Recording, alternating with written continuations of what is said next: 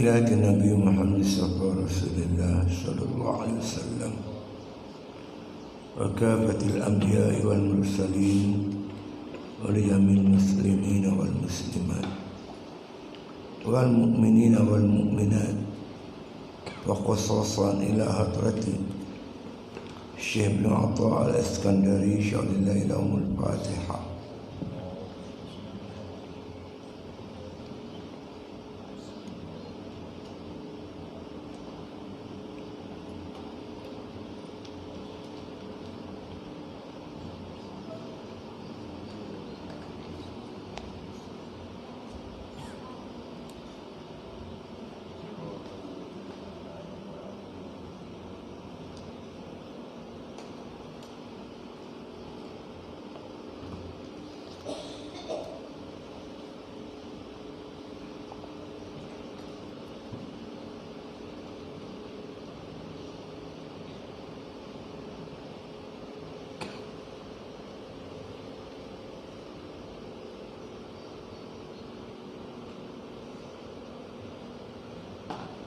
Bismillahirrahmanirrahim. Alhamdulillahi Rabbil Alamin.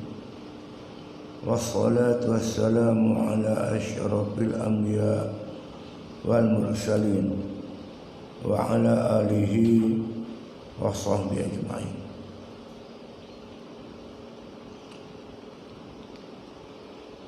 Qala musannif rahimahullah ta'ala fi kitabih. Dan kata Ibrahim Al-Khawas radhiyallahu anhu adalah pada Bukit Lubnan, maka kulihat bumi delima, maka ingin aku akan dia. Maka aku ambil satu. Maka apa ni?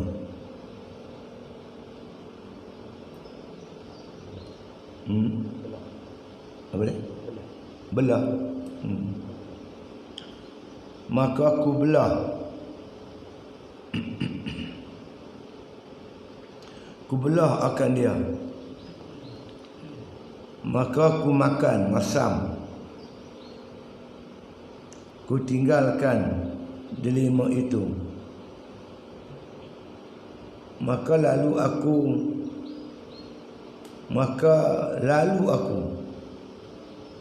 aku lihat seorang laki-laki yang terbunyi, sungguhnya telah berhimpun atasnya beberapa tebuan. Maka kataku, Assalamualaikum. Maka katanya, Waalaikumsalam ya Ibrahim. Maka kataku, betapa kenal akan daku. Maka katanya, barang siapa mengenal Allah, maka tiadalah terbunyi atasnya sesuatu. Maka kataku, kulihat bagimu satu hal serta Allah Ta'ala. Maka jikalau engkau pohonkan akan dia, memeliharakan akan dikau, nescaya dipeliharakannya engkau daripada tebuan ini.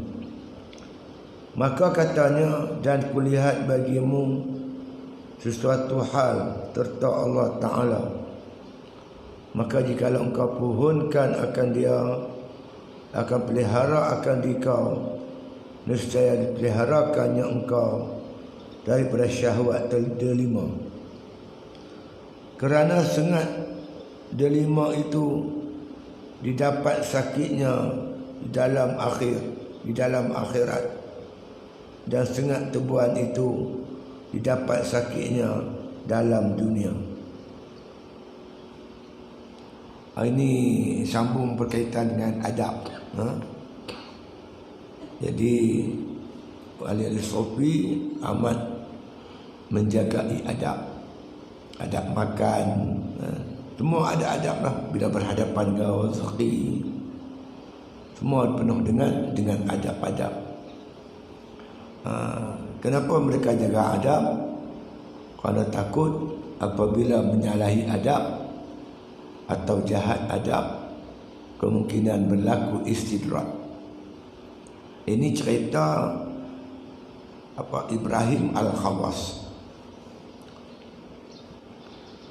Kata musannif rahimahullah ta'ala, dan kata Ibrahim Al-Khawas radhiyallahu anhu. Khawas ni khusus, khas, tertentu. Jadi Al-Khawas ni salah satu gelaran-gelaran kepada wali-waliullah, mana yang tertentu. Al-Khawas ni para arifin, orang yang mengenal Allah Subhanahu wa taala, orang yang makrifah dengan Allah. Ibrahim Al-Khawas. Kata Ibrahim Al-Khawas rahimahullah ta'ala, ya,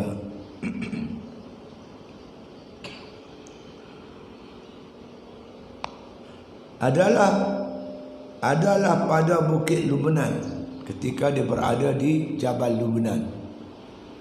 Bukit Lubnan ni iaitu tempat uzlah para waliullah, orang yang salikin, orang yang salik. Biasanya mereka pergi beruzlah di Jabal Lubnan.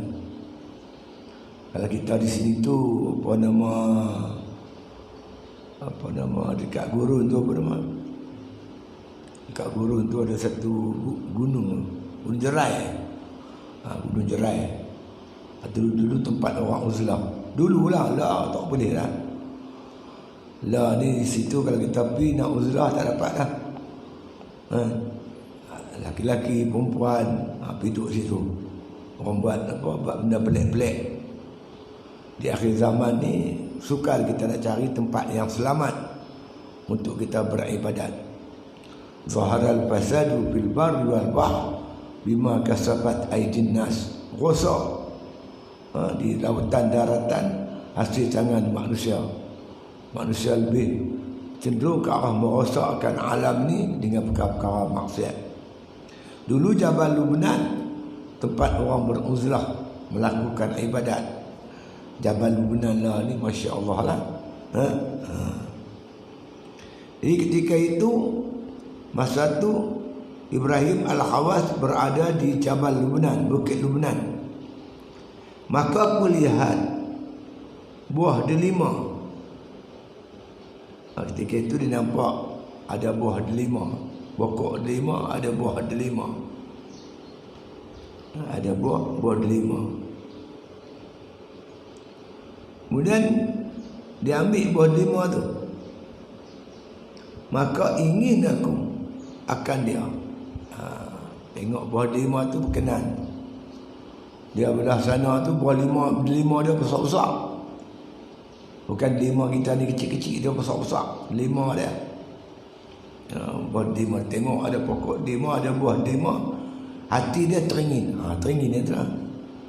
Hati dia teringin akan buah delima tersebut.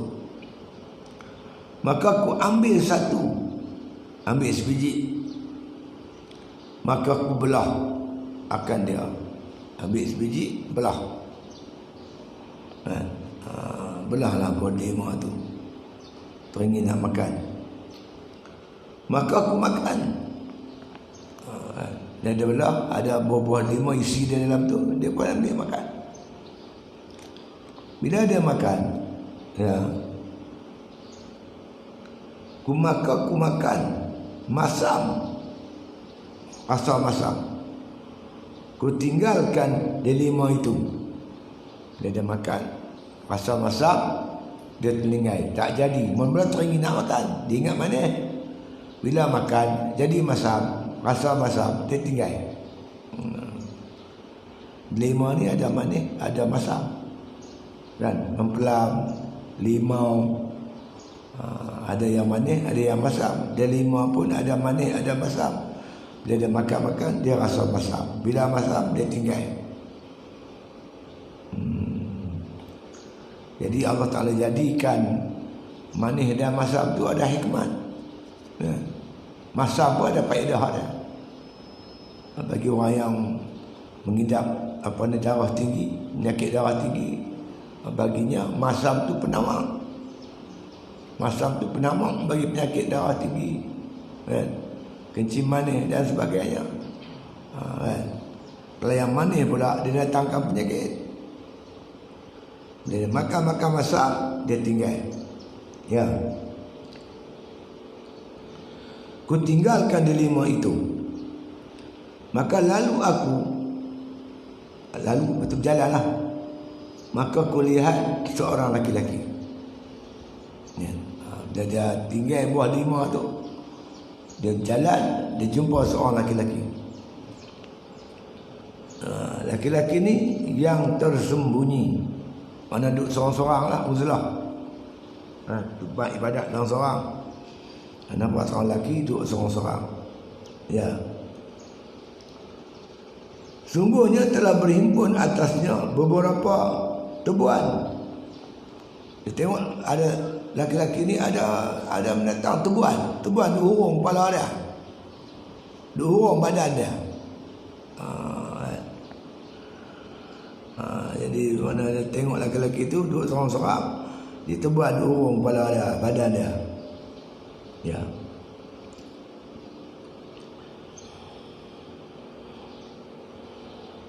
Maka kataku, Assalamualaikum. Aku bagi salam. Assalamualaikum. Aku bagi salam dekat laki-laki yang tebuan hurung dia tu. Ya.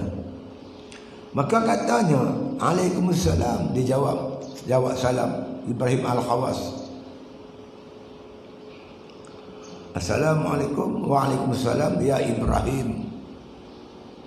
Dia sebut nama Ibrahim. Maka kataku, betapa kenal akan aku. Aku pun akan bila dia kenal aku. Aku bagi salam pada dia. Jawab, Waalaikumsalam ya Ibrahim. Wahai Ibrahim, macam mana kamu boleh kenal aku? Maka kata laki-laki itu, barang siapa mengenal Allah, maka tiadalah terbunyi atasnya sesuatu. Maka laki-laki ini jawab, kalau kita ni kenal Tuhan, tak ada yang tersembunyi, tak tersorok. Allah buka pintu hati, kasyaf, boleh kenal makhluk yang lain. Walaupun 400 orang, sekali dia tengok kita, dia jumpa kita, dia ingat sampai bila-bila. Ada orang jenis-jenis macam tu. Kita ni bila jumpa orang jenuh melengu, jumpa kali kedua, kenal saya Ustaz? Ish, tak apa nak kenal. Kita macam tu. Ada orang, dia tengok kita sekali, dia boleh ingat sampai bila-bila. Ada jenis macam tu. Yang laki-laki ni tak pernah jumpa pun dia tahu nama. Dia kenal. Ibrahim Al-Khawas kata, macam mana boleh kenal aku? Siapa yang mengenal Allah, tak tersembunyi baginya sesuatu, dia kenal semua. Kenal Tuhan, yang lain semua dia kenal.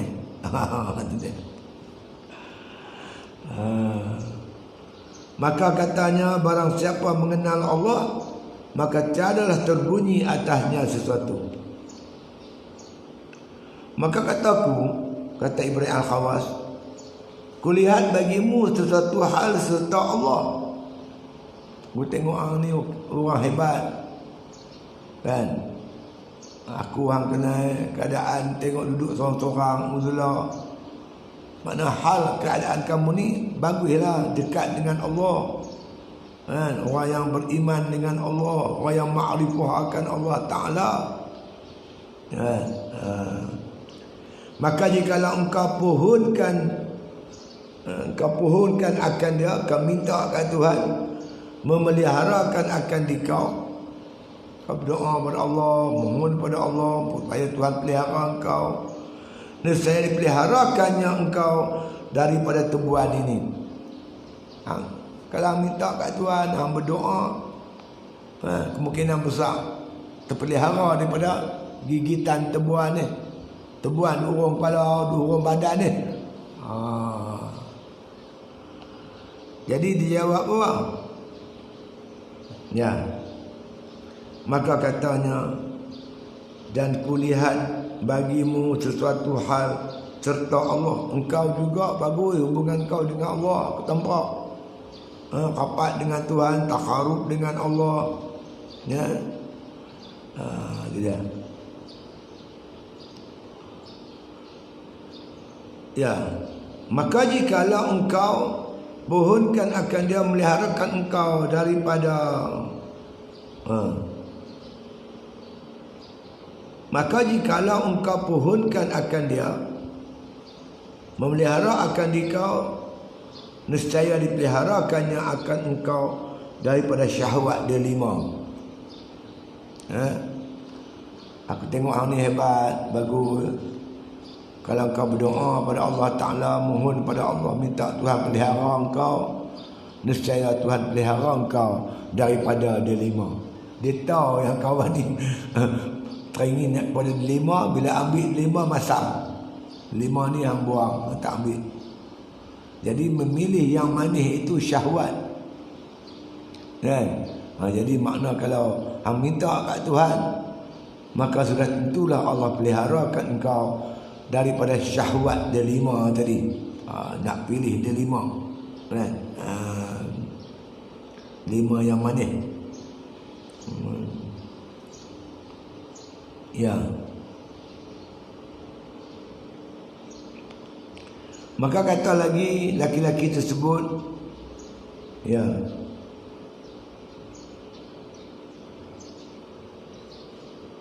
kerana sengat delima itu didapat sakitnya di dalam akhirat, dan sengat tebuan itu didapat sakitnya di dalam dunia.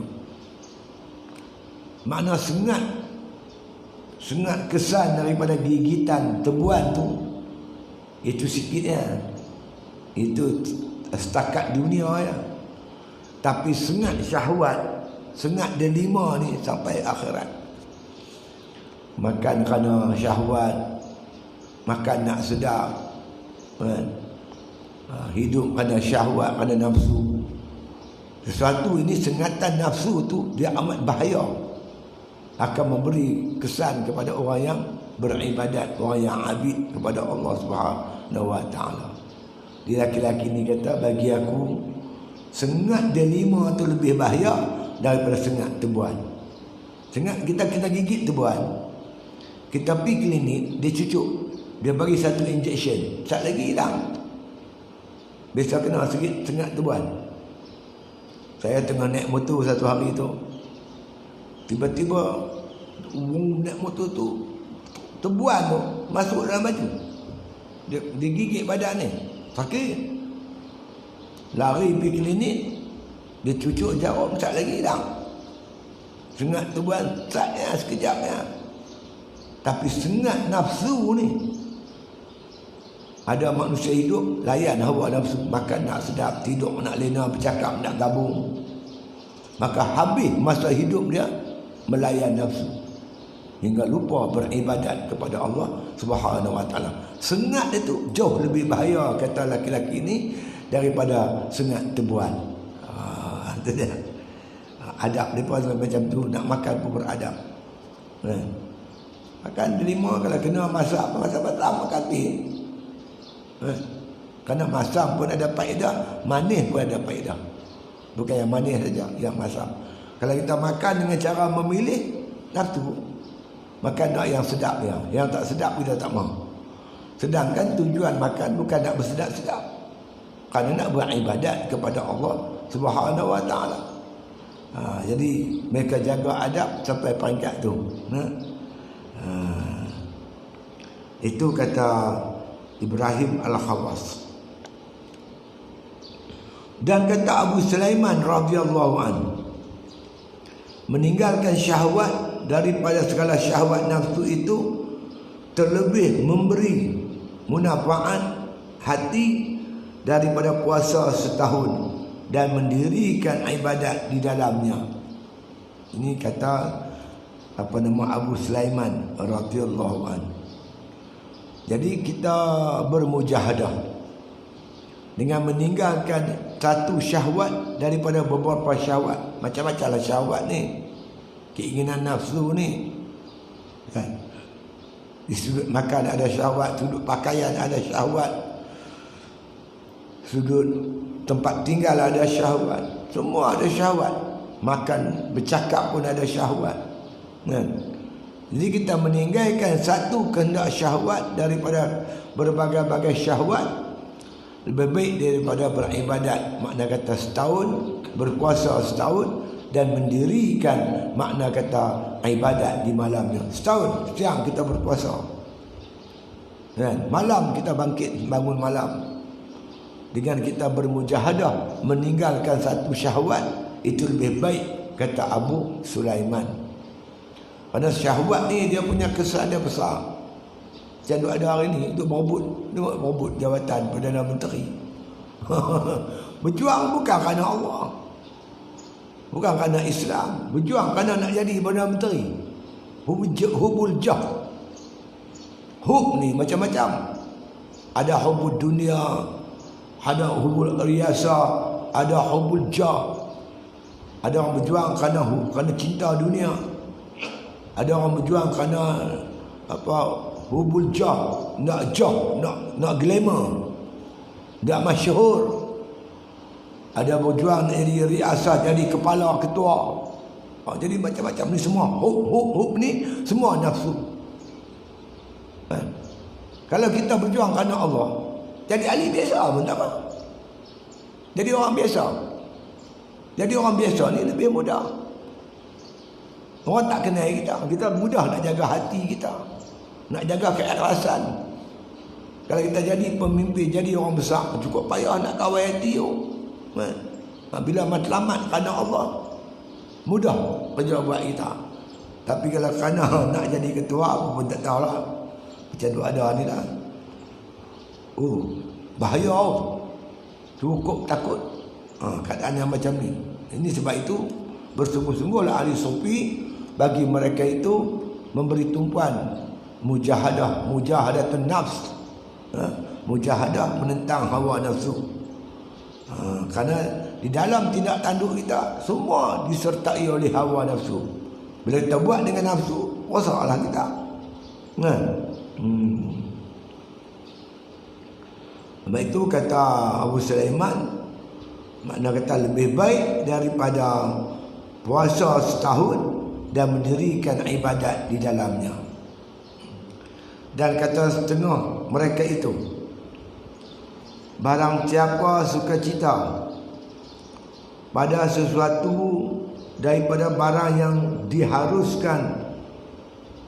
diharuskan oleh ilmu, padahalnya mengambil lazat, nescaya dibalas dengan mensia-siakan umur dan keras hati,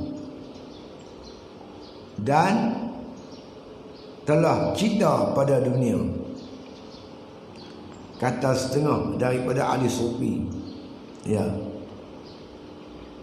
barang siapa mencinta pada sesuatu daripada barang yang diharuskan oleh ilmu, makna kata satu benda tu harus ni, kalau kita ambil pun tak apa, tak ambil pun tak apa, buat tak salah, tak buat pun tak salah, benda harus kan.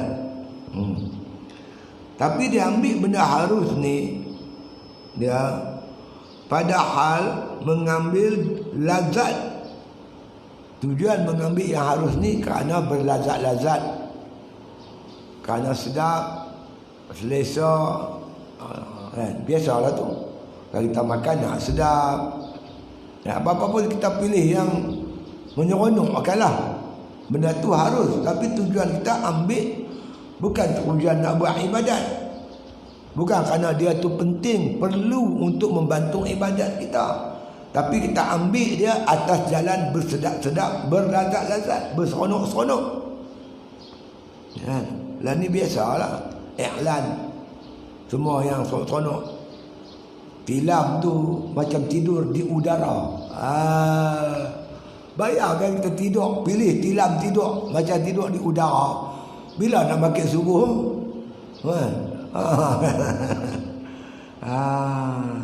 Jadi tujuan beli ambil tu nak bersedap-sedap.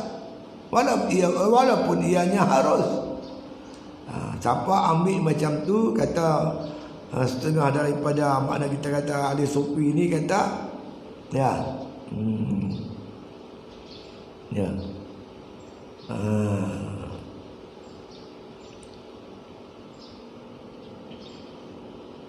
Barang siapa menuntut dia, kata setengah itu mencipta sesuatu barang yang diharuskan ilmu, padahal mengambil lazat nescaya dibalas dengan sia-siakan umur. Bila dia biasakan dengan lazat, Allah balas dia dengan mensia-siakan umur. Habis masa duk layan nafsu ya. Kalau kita makan untuk ibadat, dia tak payah. Apa kita nak makan? Beras, nasi, ikan goreng, sayur sawi. Cukup 3 kan? Tapi kalau makan kerana berlazat, sotong, ketam, ikan, daging lagi, ayam lagi. Cuba kita fikir, kita pergi market tu, orang pergi market di kedai saya 15 minit selesai. Dia tak selesai, dia round dulu kedai tu, dia round market. Round pertama tu nak tengok habis-habis. Round kedua baru kutip yang tu, kutip penuh harga besar tu penuh. Dia round ketiga kut tertinggal. Dah 3 round. Situ saja sejam lebih. Balik rumah nak bersiang, nak potong, dah habis semua basuh. Itu habis masa berapa pula? Lepas tu nak masak pula. Nak masak pula berapa jam? Lepas tu dah masak, nak hidang pula. Penuh meja. Pinggan mangkuk apa semua penuh. Lepas tu nak makan pula dah. Lepas tu nak berak pula. Nak cuci pinggan, cuci periuk. Bila masa nak sembahyang, buat ibadat? Duk layan nafsu memang dia habis umur macam tu ya. Ada orang percaya tak percaya, makan cakotiau Sungai Dua. Sungai Dua dekat apa? Dekat Sungai Dua sana dekat belah batas sana jumpa main mana? Main makan cakotiau. Boleh Taiping tol RM9.5. Pergi balik tu ada RM18 kat RM20. RM19. Tol aja, minyak lagi. Masa lagi. Nak makan cakotiau 2 pinggan. Dia fikir habis masa begitu tu. Padahal kita nak makan ni bukan kerana nak layan, kita nak buat ibadat. Kalau setakat makan nak buat ibadat, keliling kita ada makanan. Tapi kalau nak sedap, tu pergi Banjung, tak lagi pergi sana, tak lagi pergi sini. Jadi habis umur pasal makan ya. Sia-sia umur. Itu dia. Jadi betul lah kata setengah ahli sufi, barang siapa makna kata duk layan hawa nafsu itu mensia-siakan umur. Dan keras hati. Dan keras hati. Dan lelah cita pada dunia. Lelah, penat. Dalam cita-cita bab dunia ni memenatkan kita. Kadang-kadang ada benda yang kita nak dapat, ada kadang-kadang benda kita tak dapat. Sikit je lagi, tak dapat sangat dah. Nak dapat sangat dah. Cakap kata bulan 5 ni saya akan jadi Perdana Menteri. Dah bulan 6 lah. Kita mendahului Allah. Bila cita-cita kita tu terlampau nak sangat, habis. Jadi betulkan matlamat hidup kita. Jangan sia-siakan umur kita. Hingga kita hidup atas muka bumi, tak dapat kita melakukan ibadat kepada Allah Subhanahu wa ta'ala. Keras hati tu. Orang yang duk layan benda harus ni, kerana nafsu, hatinya akan menjadi keras. Nasihat payah terima, hati keras. Bila crash dia mati. Bila mati, tahu hati mati. Dia tak sensitif. Dia tak peka. Orang yang hati hidup, dia lembut. Orang yang hati keras, tanda-tanda hati keras, hati mati, iaitu tak terkejut bila melakukan maksiat. Dia melakukan maksiat, dia tak terasa terkejut, tak rasa bersalah. Dan tak rasa rugi bila meninggalkan taat. Tak dapat buat taat, tertinggal taat, dia tak rasa rugi sesuatu. Buat salah, tak rasa bersalah. Itu makna tanda-tanda hati keras. Antara puncanya, dia melayan hawa nafsu. Hidup dia duk layan kehendak hawa nafsu dia. Itu kata setengah ulama. Dan kata Abu Sulaiman Ad-Darani radhiyallahu an, 3 perkara, barang siapa menuntut dia, maka sebenarnya cenderung ia kepada dunia. 3 benda ni bila orang tu buat, boleh membuatkan hatinya cenderung kepada dunia. Ada 3 perkara. Saya mengira kita jauhi dia. Ya.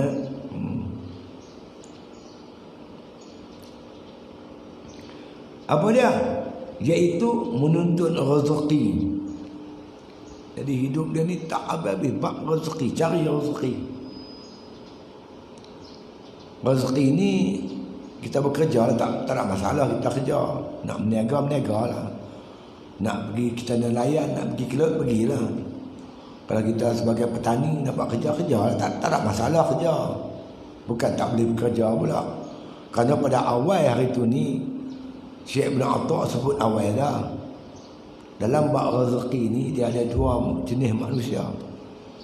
Manusia yang pertamanya dia sebut sebagai golongan asbab. Golongan asbab ni orang awam. Dia ni dia bekerja. Dia kerja untuk sumber pendapatan harian dia bekerja. Ini golongan asbab. Ada golongan sikit-sikit lah, golongan tajrid. Golongan tajrid ni dia tak payah kerja. Dia tak payah kerja, dia buat ibadat. Rezeki dia Tuhan Allah Ta'ala bagi. Macam kalau dulu, zaman dulu, para ulama pergi duduk mengaji di Mekah 2-30 tahun, balik buka pondok, ngajak ya. Semua rezeki dia ada saja. Orang sedekah, orang bagi zakat dan sebagainya. Ini golongan tajrid. Kalau kita golongan tajrid, tak payahlah kerja. Kalau kita golongan asbab, kerja tak apa. Tapi jangan sampai kerja kita mengganggu ibadat kita. Ini yang disebut oleh Sulaiman Ad-Darani, 3 perkara ni. Yang apabila seorang itu makna kata cenderung ia, makna kata seseorang tu makna buat 3 perkara ni, hatinya akan cenderung kepada dunia. Apa yang pertamanya? Yang pertamanya menuntut rezeki. Dia tuntut semua. Hidup dia ni kerja lain tak ada. Kerja ya. Siang malam pagi petang kerja. Macam seolah-olah dia tak yakin rezeki itu daripada Allah Ta'ala. Kalau kita tengok dia, bila pun dia kerja. Siang kerja, malam kerja. Kerja siang sudahlah, malam rehat lah. Tak, malam overtime lagi. Tak ada masa. Dengan keluarga tak ada masa. Ibadat tak ada masa. Masyarakat pun tak ada masa. Jadi makna kata apabila dia tuntut sampai macam tu rezeki ini, maka dia akan, hatinya akan cenderung kepada dunia. Habis masa dia untuk kerja kan. Pada kerja dia dapat, dia makan. Dia 2 ya kerja dia. Kerja makan, makan kerja. Tengok dia, jumpa dia 2 ya. Dia kerja. Tak kerja dia makan. Tak makan dia kerja. Kerja makan maka kerja. Dia makan di dapur, dia berak di jamban. Lepas makan berak makan. Tu ya. Ada jenis manusia macam tu. Tanya dia sifat 20, dia pun tak tahu apa satu. Hang ni tahu ke sifat 20? Sifat 20 tu mendatang apa, dia tanya kita. Mendatang apa pula? Tak tahu. Dia pun tak tahu sembahyang dia betul tak betul, dia pun tak tahu. Tak mengaji. Habis masa abang kerja ya. Itu nombor satu. Ya. Yang kedua iaitu perempuan. Dia makna hatinya terlampau cenderung kepada wanita. Ini membawa dia cenderung pada dunia. Hatinya tu terlampau cenderung dengan wanita, perempuan. Atau menyurat hikayat. Menyurat hikayat ni dia kalau dulu zaman dulu orang suka bercerita. Cerita Pak Wan Selampit, hikayat Merumah Wangsa, hikayat burung pipit, cerita hang tua, cerita hang jebat, megat terawih.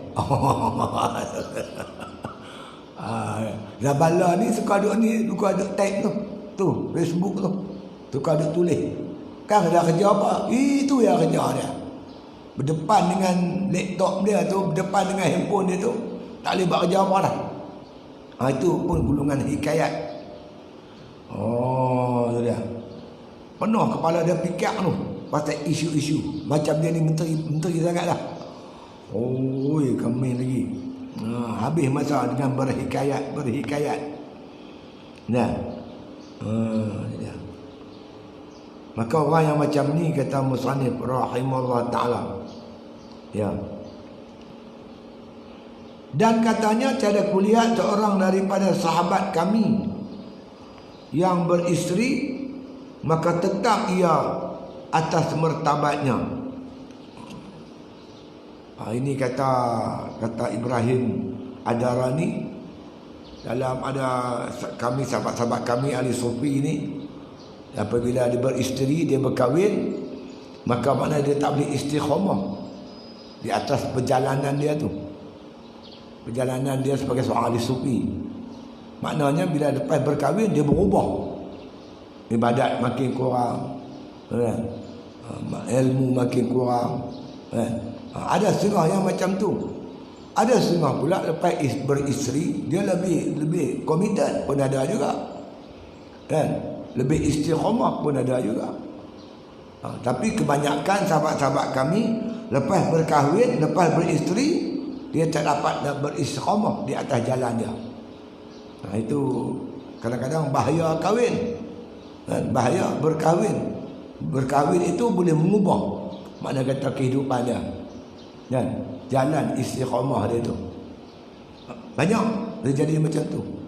Lepas itu setengah-setengah setengah ulama menyebut orang yang sedang menuntut ilmu ni maka dimakruhkan kahwin. Kenapa makruh? Kerana jelas banyak di antara mereka itu selepas berkahwin dia berubah.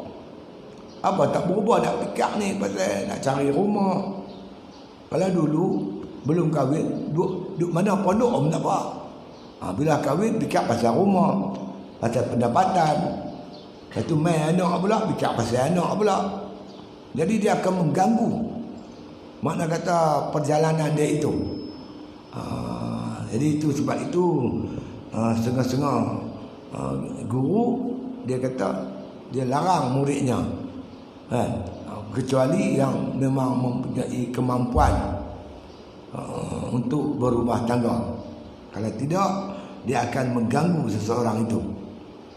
Jadi mengikut kata Selamat Adarani, aku tengok makna kata banyaklah di antara kawan-kawan kami orang-orang ahli sufi ini selepas beristeri maka dia kata tiada kulihat seorang daripada sahabat kami yang beristeri maka tetap ia atas martabatnya, kedudukan dia tu tak boleh tetap, dia mula bergoncang, mula berubah di atas perjalanan dia. Dan kata orang, maka setengah mereka itu Kerana apa tiada engkau beristeri? Ada orang ditanya, awak tak kahwin? Contohnya macam tu lah. Kenapa tidak beristeri? Maka katanya beristeri itu tiada patut ia melainkan bagi yang bernama lelaki. Orang tanya kat dia, kenapa tak kahwin? Nak kahwin ni mesti orang lelaki. Tak patut seorang tu nak beristeri melainkan dia betul-betul lelaki. Kalau hang bukan lelaki, tak kahwin lah. Kemungkinan dia cek diri dia belum lagi lelaki. Lelaki ni rijal. Seorang rijal di segi akidahnya, segi ibadahnya, segi ilmunya. Bila dia boleh, dia jadi lelaki, baru dia boleh memimpin isteri dia. Kalau dia pun dia tak tahu dia jantan ke betina, macam mana nak memimpin isteri? Mana dia maksudnya dia kena kuat sungguh lah. Kita umpama kita nak bawa nak trailer, nak tarik trailer kan, kepala lori tu kena kuat. Dia punya power tu kena kuat sungguh. Tambah pula trailer dia bawa barang banyak, baru dia boleh tarik trailer tu. Tambah naik bukit, tidak silap gosan belakang tu. Itu yang ada setengah tu perempuan menguasai lelaki. Suami kontrol isteri, kontrol suami. Suami dia nak pergi mengaji, dia tak bagi. Suami dia nak buat tu tak boleh, nak buat dia tak boleh. Bermakna sebelum aku kahwin aku boleh buat, lepas kahwin tak boleh buat. Mana hang bukan lelaki lah, hang perempuan. Tapi tak layak kahwin. Jadi makna dia suruh kita bina diri. Bina diri kuat. Tu kahwin tak apalah. Kita boleh memimpin isteri kita. Ar-rijalu qawwamun 'ala nisa. Laki-laki itu pemimpin pada perempuan. Jangan pula perempuan pula kontrol dia. Itu bahaya. Ya? Dia kata tiadalah patut ia melainkan bagi laki-laki. Ya. Dan aku belum lagi sampai kepada martabat laki-laki. Aku dia belum laki-laki lagi. Tu makna kata aku tak kahwin. Itu cerita dia. Jadi kesimpulan dia bahawasanya makna kata kena jaga yang pertama bab rezeki. Rezeki boleh tak ada masalah, kita kerja tak apa. Tapi jangan sampai timbul ragu-ragu. Takut rezeki tak ada, tak cukup lah itu ini, hingga kita menumpukan habis masa dan tenaga kita untuk persoalan rezeki. Yang kedua iaitu perempuan, jaga-jaga, nak kahwin tak ada masalah. Jangan sampai dengan sebab kahwin makna kata terbantut kerja-kerja ibadat kita kepada Allah Ta'ala. Dan yang ketiganya hikayat. Hikayat ni jangan habis masa dengan bersembang kosong. Duduk kedai kopi baru mati tengok kan buat kerja apa satu, sembang habis masa bersembang. Jadi kita bercakaplah perkara-perkara yang memberi manfaat dan yang perlu. Kalau tak perlu lebih baik kita diam. InsyaAllah. Kemudian kata setengah mereka itu, apabila beristeri seorang itu, maka adalah ia mengendarai. Dia kata mengendarai apa ni? Perahu. Jadi orang makna kata beristeri ni macam dia naik perahu lah. Naik perahu ni kena seimbang. Kalau berat sebelah, perahu tu akan karam. Yang ni sambung kemudian. Wallahu a'lam. Al-Fatihah.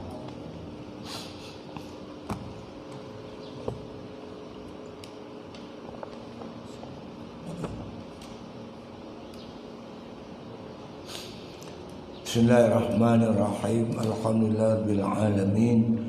Salatu wassalamu ala asyrafil anbiya wal mursalin wa ala alihi wa sahbihi ajma'in. Rabbana atina min ladunka rahmatan wa hayyi' lana min amrina rasyada. Allahumma arzuqna hubbak wa hubba man ahabbak wa hubba ma yuqarribuna ila hubbik waj'al hubbaka ahabba ilaina min al-ma'il barid sallallahu ala khair khalqihi Muhammadin wa ala alihi wasallam walhamdulillahi rabbil alamin.